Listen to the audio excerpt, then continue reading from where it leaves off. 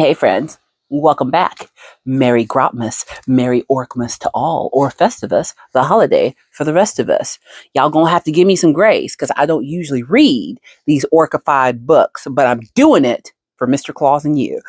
All right, let's pick up where we left off in the Red Gobbo collection in Warhammer 40k.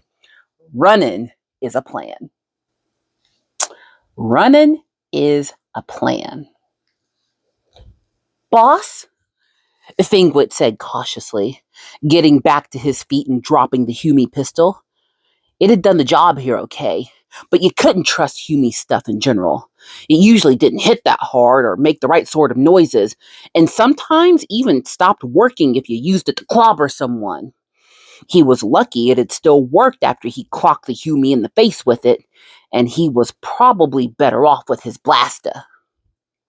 Zogging, git. Got me in the head, Claus slurred. Sure enough, a length of thin metal was protruding from his forehead, snapped off a few inches above his skin. Looking around, Finglet saw one of the dead Humes was holding the remains of the corresponding sword, with the blade broken halfway down its length. He was momentarily impressed, because it must have taken a fair amount of strength and speed and an extraordinarily sharp edge to get something that far through the skull of an orc like Claus. Fingwit himself must have been lucky to have taken on one of the weirder ones. Or, his brain suggested, maybe Claus was just a bit slow because of the stabs already in him. And you were a hero, taking out a tough Hume warrior all on your own. Boss, you gotta get up, Duzzik said urgently, shaking Claw's arm with about as much effort as if he tried licking a squiggoth to death. I think we can hear some more Humies coming. We gotta move. Yeah, give me a minute, Claus muttered, without making any movement. Just gotta work out how me legs work first. Bloody things ain't paying attention to me. Fingwit wasn't any more of a pain boy than Claus was, but he was fairly sure he knew a dead orc when he saw one. Claus might still be talking, but he wasn't really moving.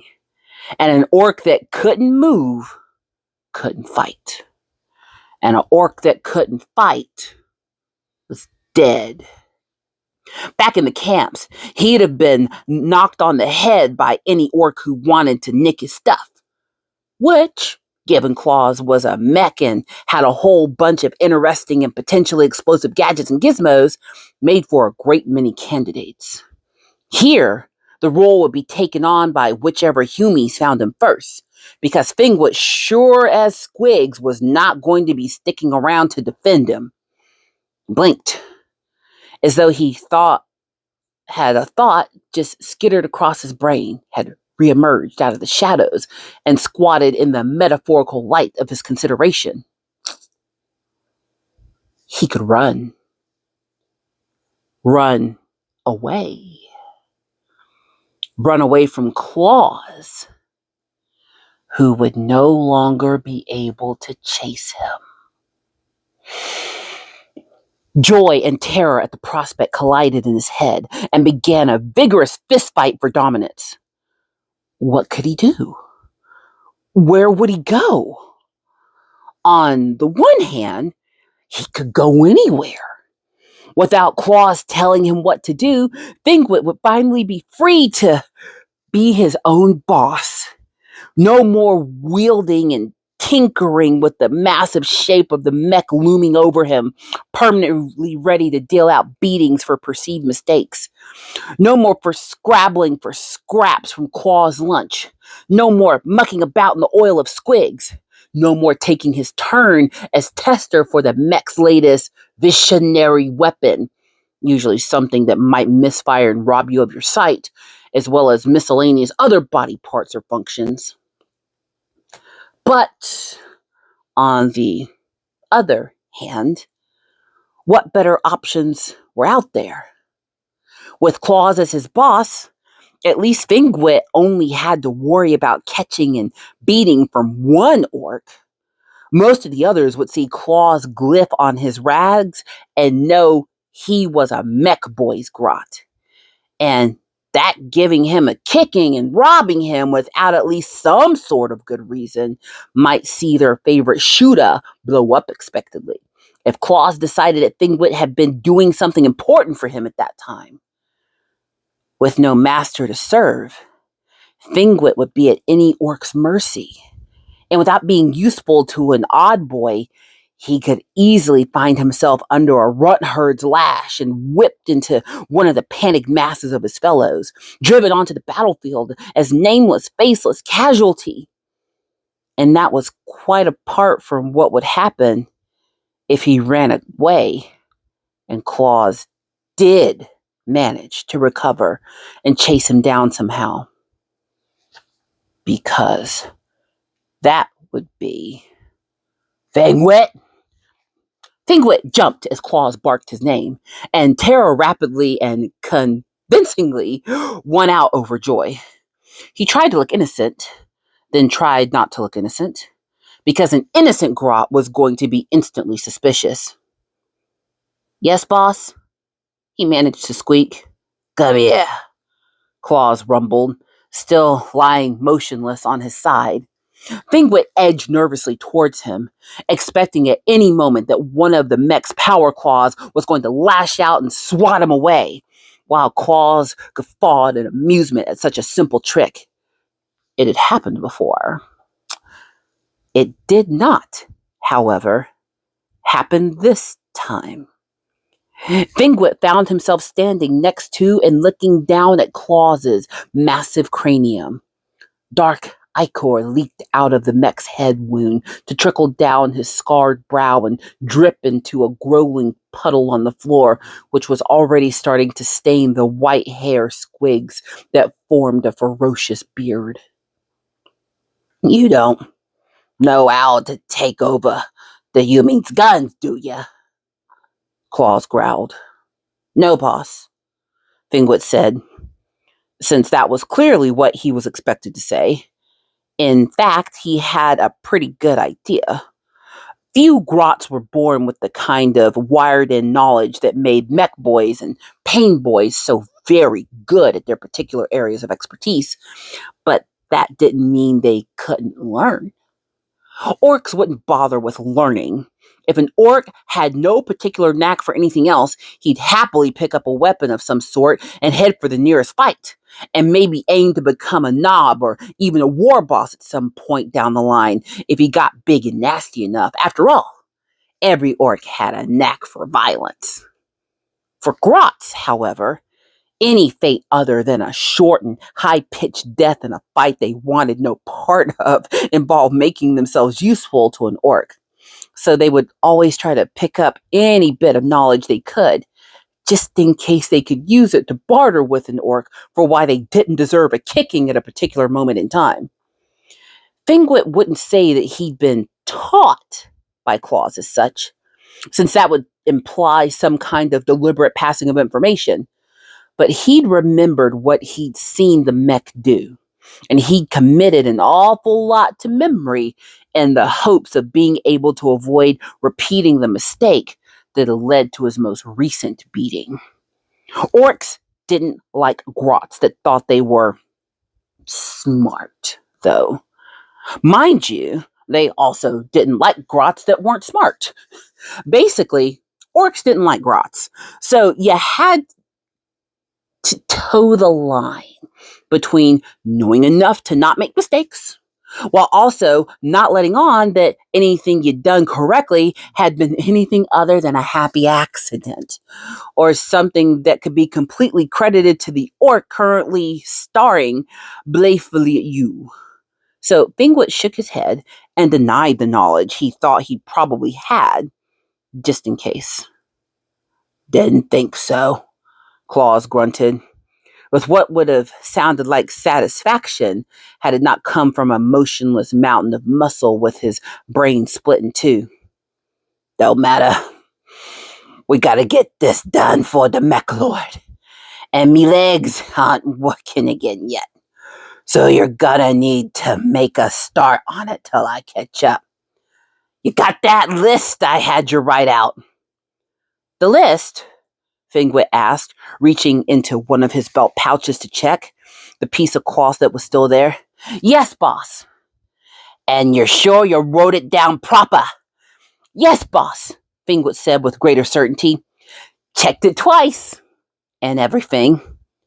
"Good," Claus grunted. "That should tell you what you need to do. Now I want you to remember this, Fingwit, 'cause it's very important." "What's that, boss?" Fingwit asked tremulously. "If this don't get done, then the mech lord's gonna be real angry." Claus growled and his eyes narrowed into a ferocious glare. "And if he comes looking for me over it, then I'm gonna make sure I rips your little zogging arms off before he gets to me. You got it?" "Yes, boss," Fingwit said, swallowing. "Thanks, boss. Real motivating." "Good. That's what I thought too." Claus waited for a moment, then snarled. "Well, what you waiting for? Get moving." His eyes then rolled back in his head, which sank down to the floor with a small thud. Probably an indication that he was gathering his strength, Fingwit decided sagely. "Yes, boss," Fingwit said, on the off chance that Claus could still hear him. He looked around, searching for inspiration, and his gaze landed on the doors to the lifter, which had brought them here. A nice, easy ride back down to where they'd intended to go in the first place. That sounded like the best way to start. They'd get to the right level of the ship, find the guns in question, and work through the instructions on Claw's list to make them do what the mech lord wanted. Thoughts of running off to do his own thing were shunted away for a moment, subsumed into visions of glorious destruction wreaked by his efforts and daydreams of rewards heaped onto him for being the grot that broke the Hume fleet's resistance with his quick thinking, brilliant judgment, and technological mastery. "Right," Fingwit said, feeling the weight and authority of leadership settle onto his shoulders. "Back into the lifter, lads. We're gonna..." Two Humies in armor, carrying what were fairly large guns by their standards, rounded the corner of the corridor and were quickly joined by two more, and then another two. "Told you I could hear him coming," Duzzik wailed, sprinting in the opposite direction. The Humies' gun barrels started to rise toward the fingers as they clustered around Claus. There was no time to get into the lifter. The doors had already shut again. There was only one thing for it. "Run for it!" Fingwit yelled and fled as the Hume weapons began to open up, the other grots on his heels. "Ugh!" Grubba yelled as they skidded around the next corner and put the blessed relief of a wall between them and the pursuit, at least for a moment. "What's the plan, Fingwit?" "Keep running!" Fingwit snapped back as the Hume's gunfire began to splinter the corner of the wall into shards. "They're coming after us!" "That's your plan?" "Running is a plan." It wasn't going to be enough of a plan for very long, though. Fingwit knew that much. They might just about be able to keep ahead of their pursuers, shorter legs though they had, partially because they weren't weighed down by inconveniences such as armor, although that was a double-edged chopper when you were being shot at, and particularly because there were very few things Fingwit had met in the galaxy that could quite run as fast as a grot desperately trying not to get his head blown off. The problem was that as soon as the fingers encountered any stretch of long, straight corridor, they would have no handy walls to put between them and impending death. And not even the most terrified grot could outrun a gunshot. "Through there!" he said desperately, pointing at a doorway above which a Hume glyph stood. He couldn't be sure, of course, but with a bit of luck, those jagged lines meant there were some stairs behind it. Flish might not have known why Fingwit had chosen that door, but he was clearly of the opinion that being on the other side of the door was better than being out here, no matter how temporary a reprieve it might grant. The other Grot whacked at what looked like the release with his palms and was rewarded by the door sliding across to reveal exactly what Fingwit had hoped it would: a stairwell with treads both rising and descending, presumably for the Humies not important enough to use the lifters. In! Fingwit yelped, and the rest of the fingers scrambled to obey. He hit the door control on the other side as soon as he was through, then desperately scanned the panel for some way to lock it against pursuit.